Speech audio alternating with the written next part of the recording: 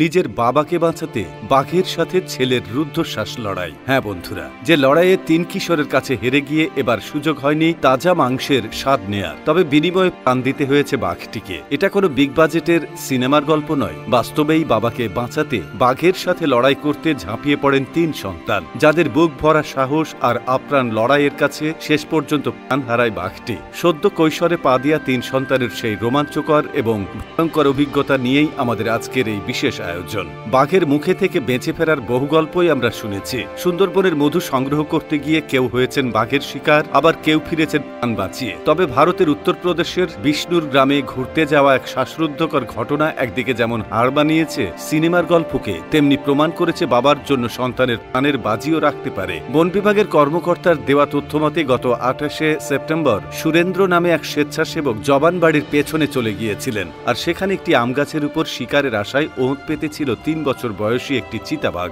সুরেন্দ্রের পাশেই ছিল তার ৩ সন্তান। সহজ শিকার ৩ সন্তানের উপর আক্রমণ না করে ক্ষুধার্ত বাঘটি আক্রমণ চালায় ৩ সন্তানের জনক সুরেন্দ্রের উপর। বাঘটি আক্রমণ করার পরে ভয় না পেয়ে ৩ সন্তানই ঝাঁপিয়ে পড়ে বাঘটির উপর। একজন বাঘের লেজ টেনে ধরে, অন্যজন পা টেনে ধরে, আরেকজন বাঘের পিঠে ঝাঁপিয়ে পড়ে বাবাকে বাঁচাতে। বাঘের সাথে ৩ সন্তানের লড়াই চলে প্রাণপণে ১০ মিনিট, আর এই ১০ মিনিটে নাভিশ্বাস উঠে যায় বাঘটির। ১০ মিনিট প্রাণপণে লড়াইয়ের পর ছুটে আসে গ্রামবাসীরা। এরপর তারাই চিতাবাঘটিকে পিটিয়ে ফেলে। বাবাকে বাঁচানোর জন্য ৩ সন্তানের এমন বীরত্তম প্রশংসা কুড়িয়েছে পুরো ভারত জুড়ে। যেখানে বাঘ দেখলে যে কেউ প্রাণ বাঁচিয়ে পালানোর উপায় খোঁজে, সেখানে বাবার প্রতি ৩ সন্তানের এমন ভালোবাসা মুগ্ধ করেছে সবাইকে। মানুষের উপর বাঘের আক্রমণ নতুন কোনো ঘটনা নয়। ভারতে প্রতিনিয়ত ঘটছে সাধারণ মানুষের উপর বাঘের অতর্কিত হামলা। বিগত কয়েক দশকের তুলনায় বাঘের আক্রমণ বেড়ে যাওয়ায় প্রধান দুটি কারণ হচ্ছে বাঘের সংখ্যা বৃদ্ধি আর বাসস্থানের অভাব। ৩,০০০-এর কাছাকাছি বাঘ রয়েছে গোটা দেশে। ভারত এখন বিশ্বের ৭০% বাঘের আবাসস্থল। তবে বাঘের সংখ্যা বাড়লেও তাদের আবাসস্থলের আশেপাশের শিকার করা কিংবা গাছ কেটে ফেলার কারণে প্রায় লোকালয়ে উঠে আসছে তারা। অবশ্য শুধু ভারত নয়, বাংলাদেশে প্রতি বছর বাঘের আক্রমণে সাধারণ মানুষের প্রাণ হারানোর ঘটনা ঘটছে।